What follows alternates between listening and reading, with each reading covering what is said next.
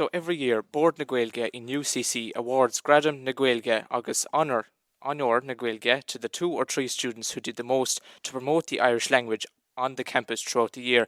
And our first live guest has received this award, and she's also past pupil of St. Joseph's Secondary School here in Tulla, from which she graduated in 2020. So we welcome to the programme Aisling Chleirigh. Aisling, you're very welcome to the programme.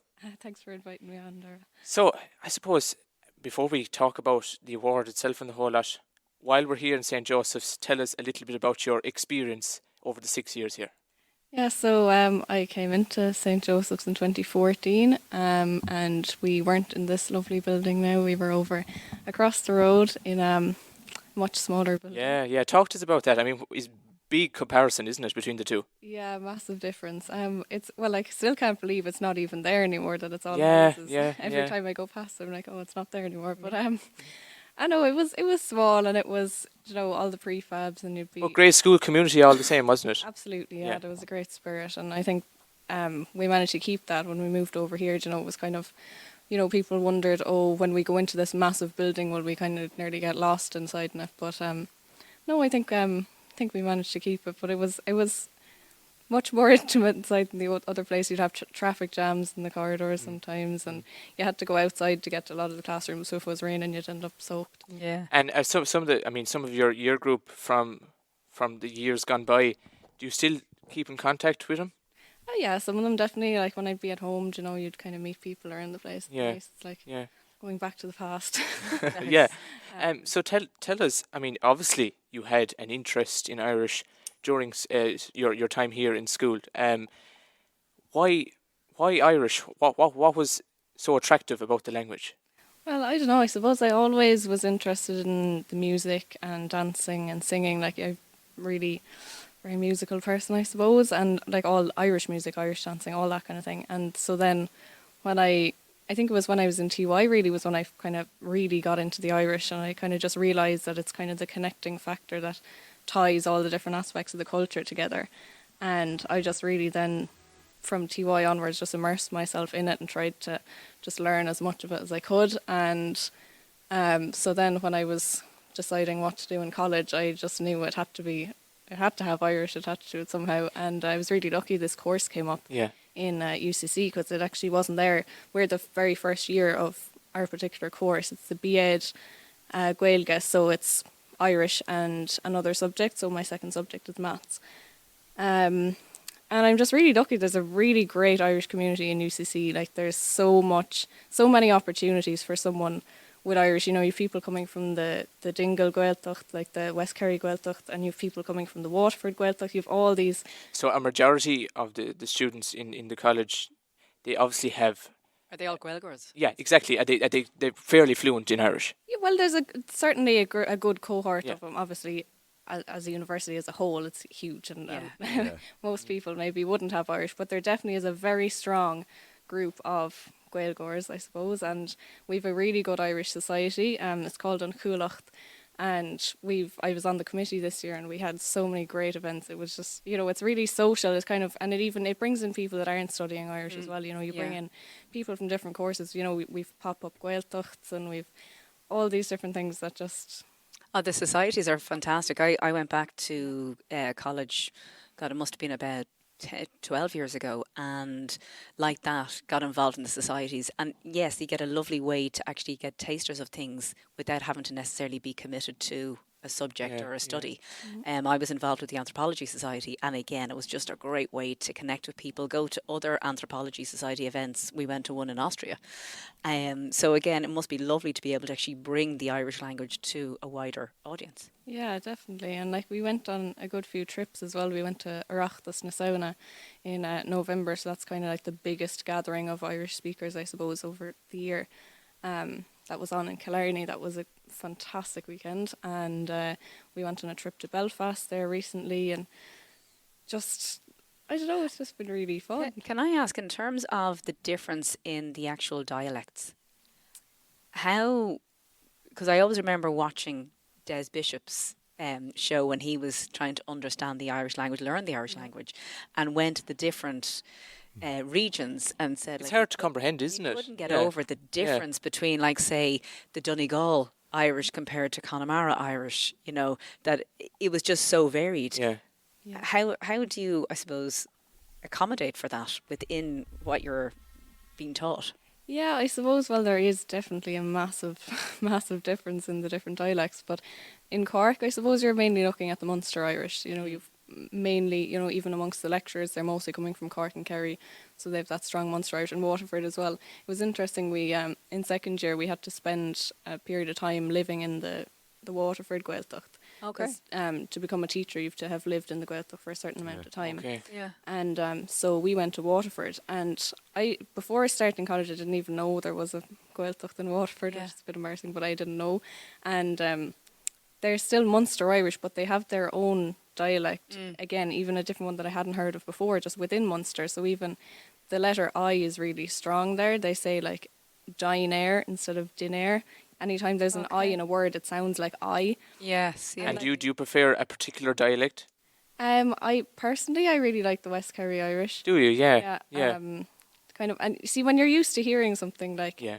when I was in school, I nearly be listening to a lot of Connemara stuff, on the TV and the radio Yeah. and stuff. So I kind of liked that. But then when I went to Cork, it was all Munster. So it was like, right, Yeah. scrap that Connemara stuff. I remember the leaving cert. Now I did it 100 years ago compared to you all, but like that, you would have the audio test, and again, it would be in the different dialects, and some of them you'd just be sitting there going, I have no idea what they were actually saying, because again, the dialect is either so strong or it's just much softer. Yeah. Yeah, I suppose. And when I was teaching this year, I had a student say to me, but sure, could they not just take the Donegal people off that listening exam? Oh, wow. But what about all those students in Donegal who Yeah. can't understand us? Yes, Yeah. absolutely. They have to sit. We all have to sit the same exam, so you have to try and just get everyone to have a taster of their own bit. Yeah. I suppose. So moving to the awards that you received below in UCC, why do you think you received the award?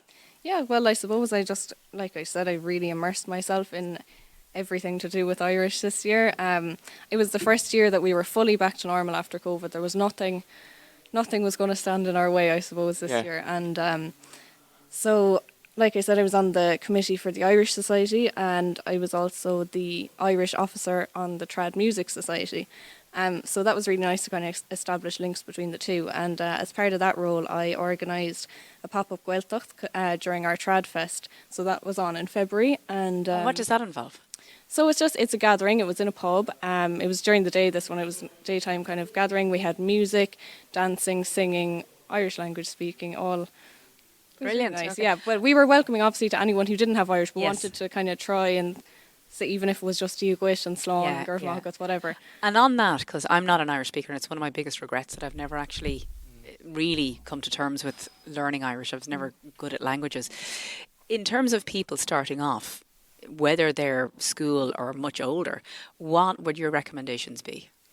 Yeah, I suppose just try and get involved in any group or any like events like that. Pop-up Gaeltacht, they're happening like everywhere, all around.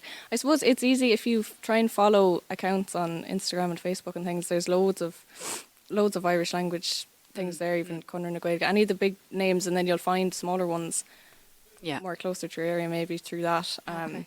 And can I just ask as well, I mean, how do we promote the Irish language even further? Because, I mean, at the moment, particularly regions outside of the Gaeltacht area, none of us speak Irish unless we're in school. And even the Gaeltacht regions, not many people are speaking Irish either. So how can we go about promoting it even more? Yeah, look, I mean, I don't have all It's the a struggle, answers, isn't I it? suppose. Yeah. Yeah, it's a big sort of crisis. Maybe crisis isn't the right word, but Yeah. it's Yeah. sort of big. Well, it's just problem at it's the moment. dying out if it's not Yeah. being used on a day-to-day basis. And I know that there's so many more people that are interested, and there's Irish speaking groups that meet in the co-op in Scariff, also in the library. There are different groups to try and really engage people.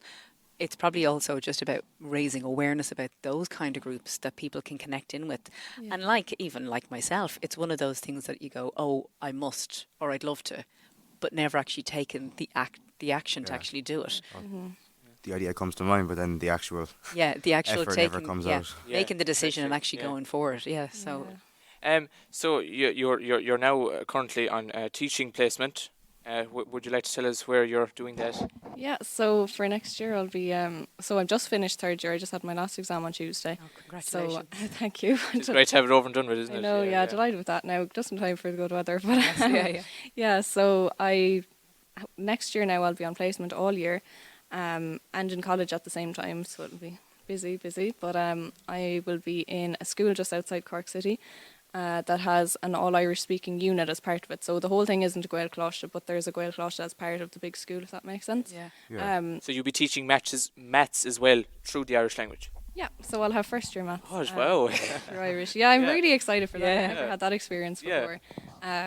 I think I'll have a mix. I'll have, TY maths maybe in the English school. Yes, and I get all you, over yeah. the place, Yeah. kind of. But yeah, like we're told we have to teach Irish through Irish as well. So when I had placement before for the Irish classes, I'd go in speaking it, as much of it as possible.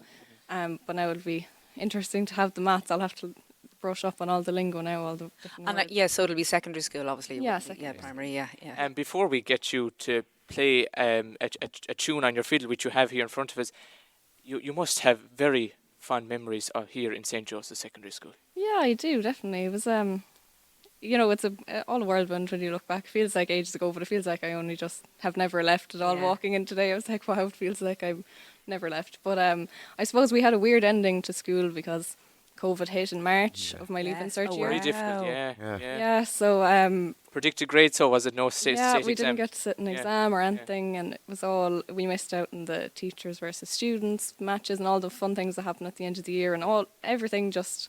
But I suppose we were lucky. I think in the January that year was when we had the Cycle Against Suicide convention up in Dublin, Yes. and that was amazing. Oh my God, thousands of people inside in the one. Yes, I think I was there as well too, yeah. Yeah, and Yeah. then so it was crazy to think then in March we were like, how were all of us? It's so close together in such this massive place. Yeah. Just 2 months ago, and now no, you couldn't even Can't be be allowed anywhere. 2 people inside in that room. Yeah, You know. yeah, Yeah. yeah. So, And sorry, just one last thing. How did you find the readjustment back into society as normal as it is now? Well, I suppose. Well, I was just grand to throw myself back into Yeah, everything. yeah, Really, yeah, once yeah. we were allowed out, I was like, great, I'm free now. But even in terms of like with college and stuff, because I would have Yeah. presumed initially a lot of your classes would have been online. Yeah, so I did a whole year in UCC without really even knowing what UCC looked like. I was just at home in Tulla in my room doing everything online. Zoom and the whole lot. Yeah, oh geez, I was sick of Microsoft Teams. Yeah. But Yeah. then I suppose once I moved to Cork, it was all that whole just readjustment, but it was basically just started in second year. Now there was still bits online, but I suppose just once I moved to Cork and there was the whole Yeah. settling in anyway that I would have had, had COVID Yeah. not been there, I suppose. Yeah, and also I just want to give mention as well that you read the Irish news here for Scariff Bay. You do, yeah. Community Tell- Radio, yeah. yes. Sometimes, Yeah. yeah. You're excellent. Well, fair play to you, yeah. Yeah, it's good experience, to just To do do that. that, yeah. translating and reading. And Yeah, yeah, Well, very good. for Margaret. So you're going to play a tune for us right now on the fiddle. Would you like to introduce the piece that you're going to play for us? yeah, I'll just play your reel there. It's called good. Dolly's Hill. It's composed by Eddie Kelly. So, Very good. Take it away. thanks.